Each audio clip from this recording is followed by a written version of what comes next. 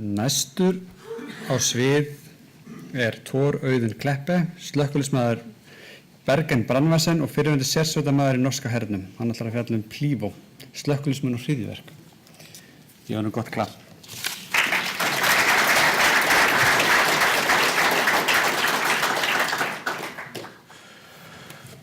Hello everyone. Thank you very much for your invitation. You have been taking good care of us so far. You have a great apartment in Reykjavik, and we were in Grillmarkaduri yesterday. There was some svartedød at the end there. I don't know what it is, but I can feel it in my voice. So my name is Tor Audun Kleppe. I work as a firefighter in Bergen, Norway, same as Øystein. And I also had the pleasure to work with Hauke Grønli for some years. He asked me to grow some beard before I got here, so this is all I got from yesterday. Hopefully it's enough. So, besides working as a firefighter, I have always been also been in the army for 25 years. I worked as in the Norwegian Special Forces until I started as a firefighter in 2000. It was full-time, and after that it has been as reserve.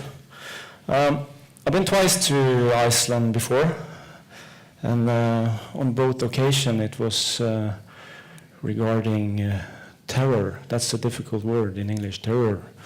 So it was an invitation from the Americans that wanted to test out their defense on Keflavik. So it's like 20 years ago. So it's been a while since I was here last time. Still, I have those båter downtown. Yeah, I'm going there. We also had the pleasure of working with Vikingsveiten, and we actually got the first when I set my foot on the ground in Iceland last time I was here, I got arrested by the Americans who thought that the practice had started already as soon as we landed. So they took care of all of us and put us in the arrest. So the practice after that was well, not the same. So let's see, how do we get to the next page here? Was this working?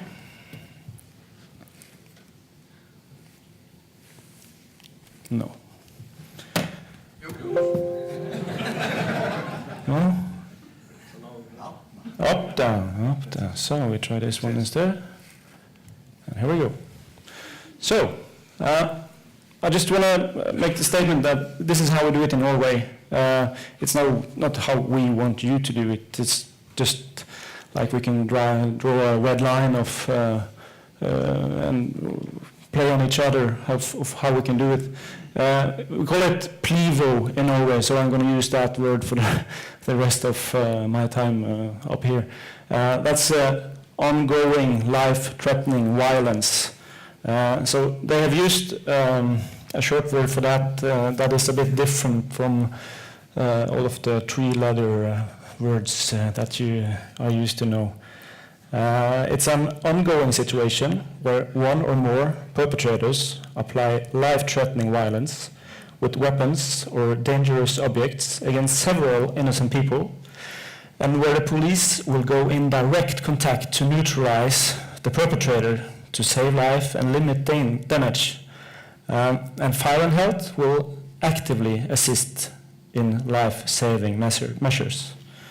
So that is the definition, and it started with I think the United States has had several school shootings, but I think it came closer in 2007 in Finland, where one of the students killed 8 people on the school there, and suddenly we felt it was a bit closer than it had been before. And this is a quote from one of the police or the police action leader.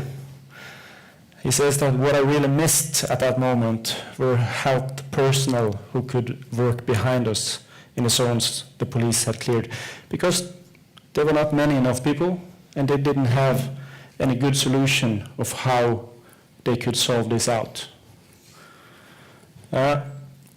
What took us to the next step was the episode on the 22nd of July 2011. I guess you've heard about it, Utøya, the bomb in Oslo. And until then, we were kind of a peaceful country, I think. Not much was really happening there. We had some small incidents, but this was something new. We were hit by terror. It was a game changer for us. Suddenly we had to think new. We had to take in over us that this is happening to us. It's not just happening in the United States or somewhere else in the southern part of Europe. And it's like with everything else, when an event happens, it leads to change. Something big has to happen before you make that big change. And what was supposed to happen, because this was really time for the big red button to be hit.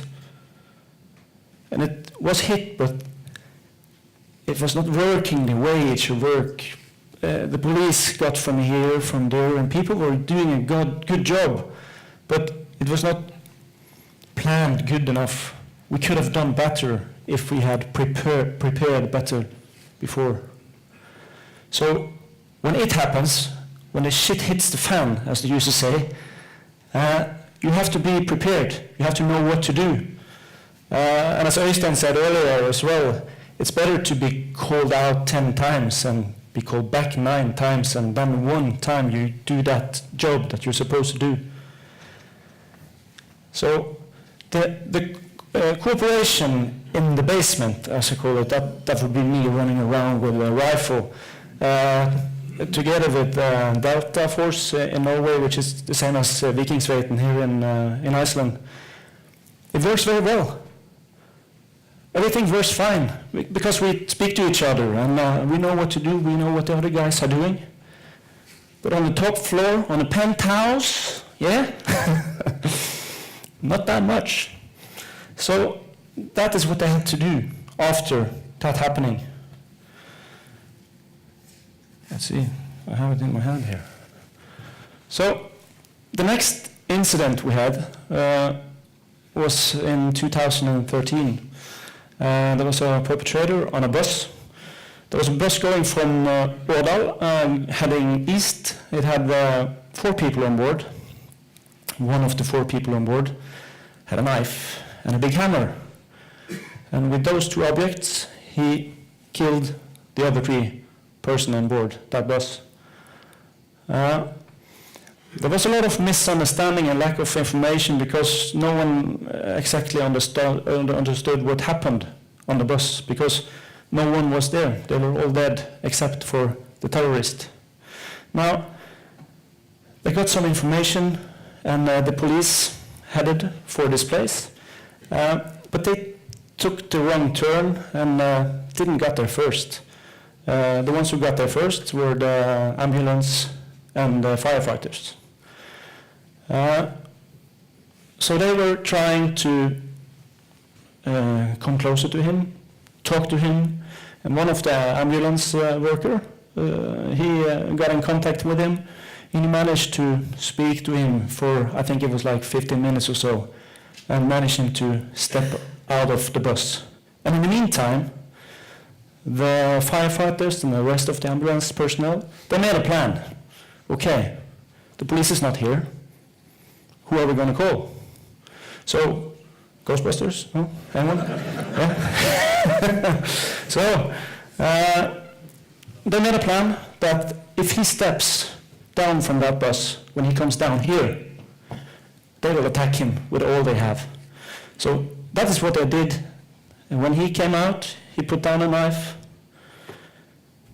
he walked down the last step, and they were ready to take him. So they took him down, sprayed him with this powder extinguisher, got him on the floor, and they also sprayed the poor ambulance worker who had powder in his face for a long time.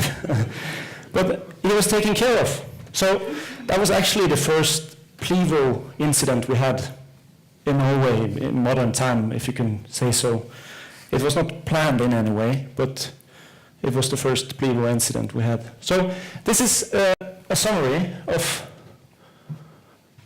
the starting. So in 2009, we had an ongoing shooting procedure. That was after the Finland incident. So they had a lot of cooperation with Finland, and they made ongoing shooting. It was the police that made it. It was a bit unorganized. The training was random. We didn't get enough information. So the problem with me as a firefighter, I understand that there is a procedure for what I'm supposed to do, but it's not working very well.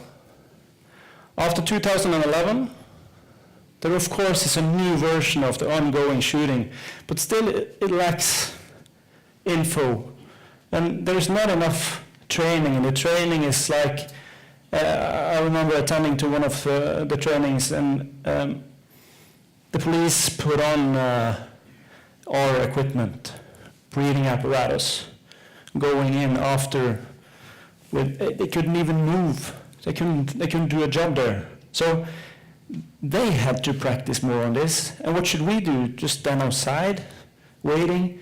We didn't have the clue of what to do. So in 2014, the first PLIVO procedure came, and it was not more a police procedure, it was a cooperation between all the units. So they made this new procedure and tried to take it out to the firefighters, take it out to the ambulance workers, and try to make them understand how it works.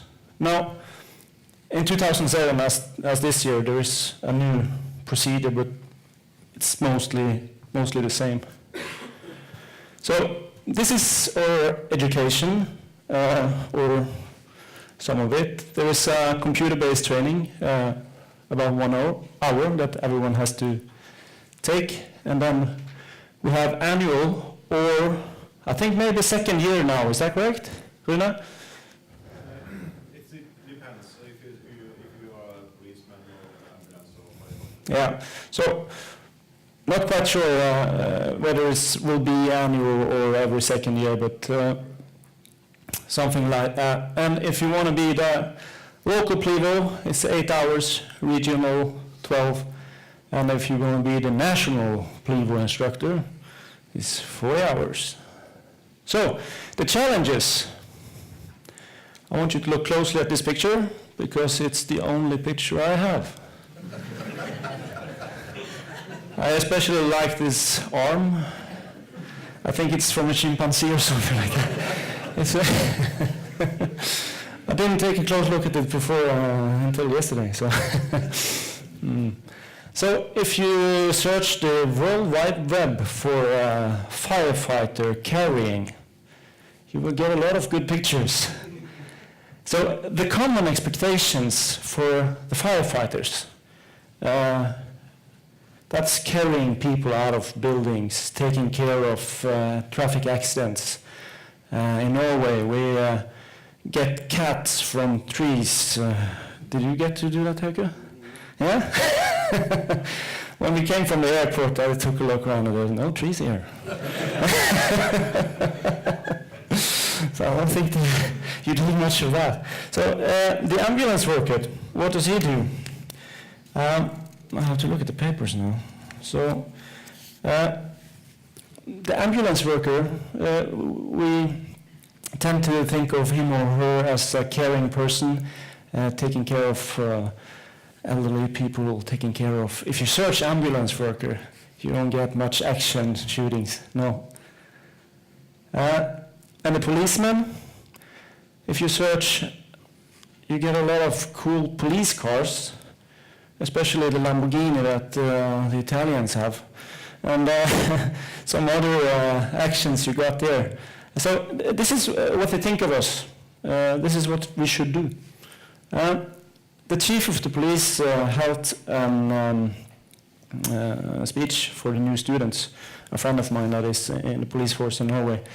And he said, you have chosen a very important role in the society to be a policeman.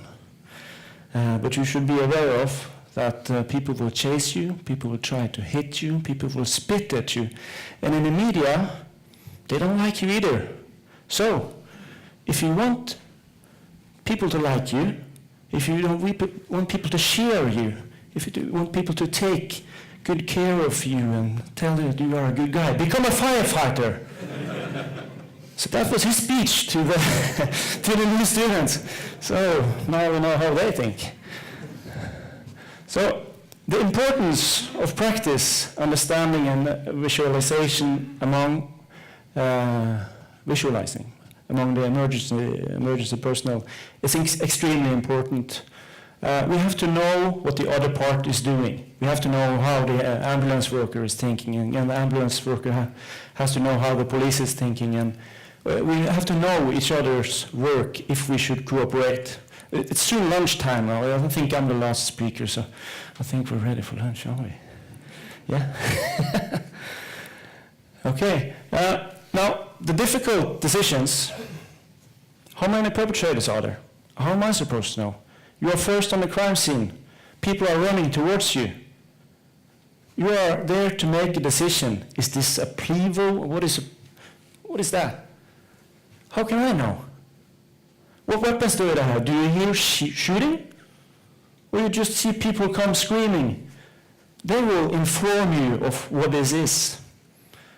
What kind of weapons do they have? You have to, okay, what is this? You get a youngster, 12 years, 16 years old, from a school shooting. You have to try to get information from them because you don't know what's in there. What kind of people are these guys? Do they have explosive? Do they have improvised explosives? Do they have hand grenades? What's there when we come in? We don't know. And that's the difficult decisions that we have to do. Because if we are first on the crime scene, as a firefighter or as an ambulance worker, we have to do that decision. And the leaders have to do that decision. They have to make up their mind of, should we stay or should we go? Dun, dun, dun, dun, dun, dun. So, what protection do we have? We have our suit. We don't have anything that is against guns. We don't have anything from stabbing. So the protection we have is like the long lances that we, what do you call it, when you take the power of the B-bomb in the trains. Yeah, and you have the chainsaw, you have the axes, you have the ladders, you have a lot of very good equipment to make noise and to make, to damage people. So, you have to make the decision of, should we go in? Is it safe? No, it's not safe. That is not the answer. It will not be safe, not at all. But is it safe enough? Can we do a difference? So, if we are first on the crime scene, can we do a difference here? If we can, okay, then I think we should do something. Because that is what they expect from us. If you stand there in a uniform, people are running towards you. Oh, I'm just waiting for the police. I think they'll be here any minute now. You can't do that. You have to do something. If there is not shooting, of course, then you have no protection against that. So, are we ready for combat? I think that depends, and I have to think that is, you have to make up your mind of if you are ready, is this the job that we are going to do? Now, the benefits, we get to practice together, we get to know each other in a better way, we know the names suddenly. I know the name of the ambulance worker because I have worked with him before. So I know that when I meet him next time, it's easier. There's no barrier between me taking contact with him or her. One of the important things are common understanding of language, which means that the police, they have all codes for everything. I don't know, it's like this here on Iceland, but in Norway it's like we have a situation, it's a 4-2 situation, and it's the area of 3-1. We don't understand anything. It's in Bergen, it's in, tell us what it is. So we need to have a common understanding of the language so that we speak the same way. And also from the situation, and that's why we train together. And the same with the common conceptual understanding. Is what is the concept of PLIVO? How should we do it? What are we doing? Now, there are of course synergy effects on the different situation that you end up in. And who drove us, I spoke to you on the way back up here, and that you don't practice that much together as you want to do. And I think that this is a way to do it, the PLIVO training. You shouldn't call it PLIVO. PLIVO is a different word, I think. So, there are some quotes, sorry to say, but the duty of action. Now, what is that? Is the commitment is to understand to mean that both the duty of the individual agency, like the fire, police, and health, and the individual unit, and the individual personnel to act in order to save lives and limit danger or damage, which means that when you are on the scene, you have to do something because it's expected from you.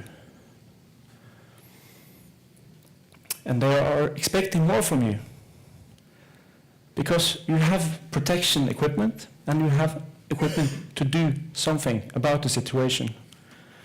Now, the risk has to be seen against the potential. And it's important that the effort does not have the reasonable probability for success. So what it means is that even though you're taking the action, you have to consider that it has to be safe enough before you do something. And this is in the law in Norway.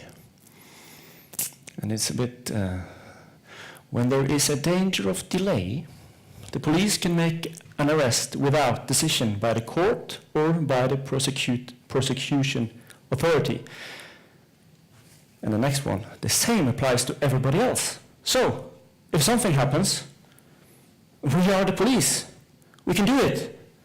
So, this is very important because earlier I thought that, oh, I can't do anything, I'm not the police. But by the law in your hand, you can do something. I don't know about Icelandic laws, but this is how we can do it in Norway. So, and there is a duty of obedience, which is that you have to follow your leader with much text. And the leader of one emergency unit does not have the commanding authority for personnel from other emergency unit, which means that if Hauker comes to someone here in Reykjavik working here, no, he comes to you and says, you have to do this and you have to do that. No, you are not my leader, because when your leader needs you, you are not there. So this is also important, that you follow your leader and the chain in command. The police, they have the overall responsibility for the management of the PLIVO, so they are the ones who should call it PLIVO, not anyone else.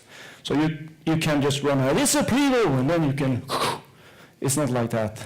So we'll come back to that. Some definitions: hot, warm, and cold zone. Hot zone is defined as the area where the action is happening. And that will be defined by the police only. Warm zone is just outside the hot zone. And if the police is there, it requires a police barrier between hot and warm zone. The cold zone will probably never be put down because you don't have time for it. You don't have personnel to do it. There are 3 stages. So the alert and deployment phase, which includes the time from the first message to arrive to the emergency response center and until the emergency personnel are in the field of action. So until the first caller and until you are on the scene. The second is the action phase, and that is the time spent by the police, fire and help personnel in the area where they have neutralized the perpetrators, and until all are evacuated from the warm zone. And the operation phase is everything that happens after that and until all the operational efforts on the crime scene has been completed. So, what do we do? To the action. So, if the police arrive first, which most likely they will do, and the perpetrators, they have guns or they have knives. Now, they are the only ones who can define PLIVO. They can say, okay, there is something ongoing shooting, ongoing knife stabbing, whatever it is. They can say, we define this as a PLIVO. Okay, the first unit goes in action. No hesitating, they just go after the bad guy. The second unit follows, straight on, no questions. Then the third unit should establish a command post so that the firefighters and ambulance workers can take contact with them and get the information. They will define the hot zone, and the warm zone is where we can work. Now, if the firefighters or ambulance arrive first, and there are perpetrators with guns, what can we do? Well, what we can do is that we can report continuously to the police. We can wait in safe enough area, which is probably closer than we would feel good about. And we are taking care of the people that are coming out of the object.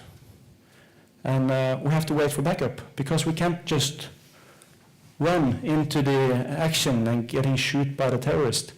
There is no helping us there. So we can take care of the people that are coming out. Now, if they are believed to have knives or swords or any other objects that cannot kill you with bullets, then you have to define PLIVO, but you can't really say the word. You're supposed to, I think it is something. Can you say it to the police? So the police only can call this a PLIVO, and after that, the PLIVO procedure starts. So now we have to make the decision. Can we do a difference? Can we do something here? The people are screaming, coming against us. You have to make up your mind that you have to step over people that needs you, that needs your help.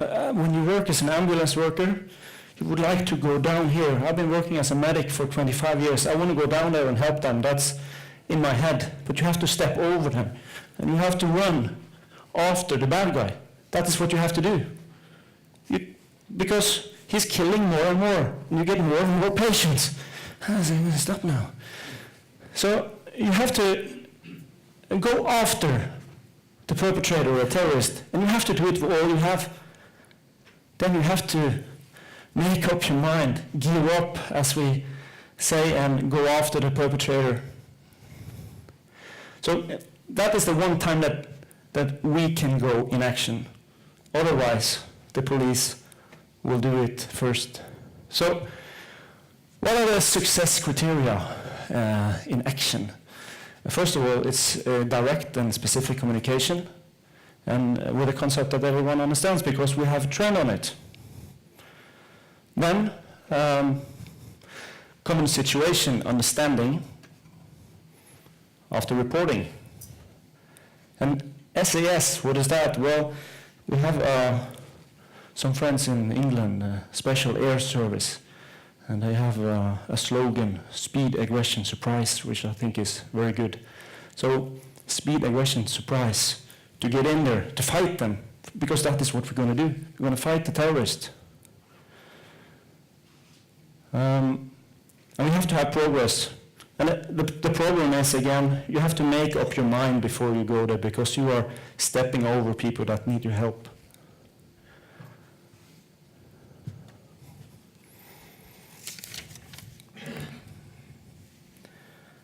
Yeah. Safe and slow, as we call them. They also have a slogan, "Who dares wins." So when we were in Afghanistan, we made a bar, and it's a big wooden sign, "Who cares who wins?" So they didn't like that either. The success criteria in exercises is that everyone has to work together, all the 3 units. There has to be a common understanding of the terminology, and the same use of radio and radio channels. I'm not quite sure whether you have that in Iceland or if you're on the same frequencies, but it's very important. And the understanding of the definition of PLIVO, and that you cannot wait. This is not the time to wait and think and talk to your friends and coffee. You have to make a decision fast, now, and go for it. So if the understanding of safe enough is there, and if you have the go from the police to go in, because they have to make the decision, then you should go, because you can make a difference. And this is why we do it.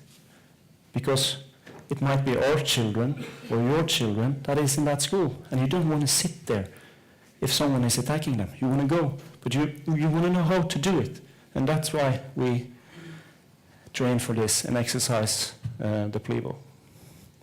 So, how are we on time? We're good? Hope to see you tomorrow. 1300, Selfoss will make a demonstration. We have the police coming. We have the ambulance coming. We even have the Vikingsveiten coming. And we have some students coming running. So, I hope to see you there. I know that everyone is hungry, so any questions before lunchtime? Yeah? Has there been some discussion about your equipment? There has been a lot of questions. In the beginning, there were a lot of questions. But I think we are not supposed to be a police unit. We are supposed to be a firefighting unit. And I discussed with Rune earlier here that you have to make in mind, if you pick up that chainsaw and run after the bad guy, then you have to be prepared to use it. Because if he comes to you like this, and you stand there with a chainsaw, you have to know, can I use this, or should I put the sword instead? So, and it's late. Yeah. Any other questions? No? Some discussion about insurance and so on for your personnel? Oh yeah. We don't want to know. Yeah. Anyone? Anyone? No? Anyone? No? Okay. There's time. Thank you very much.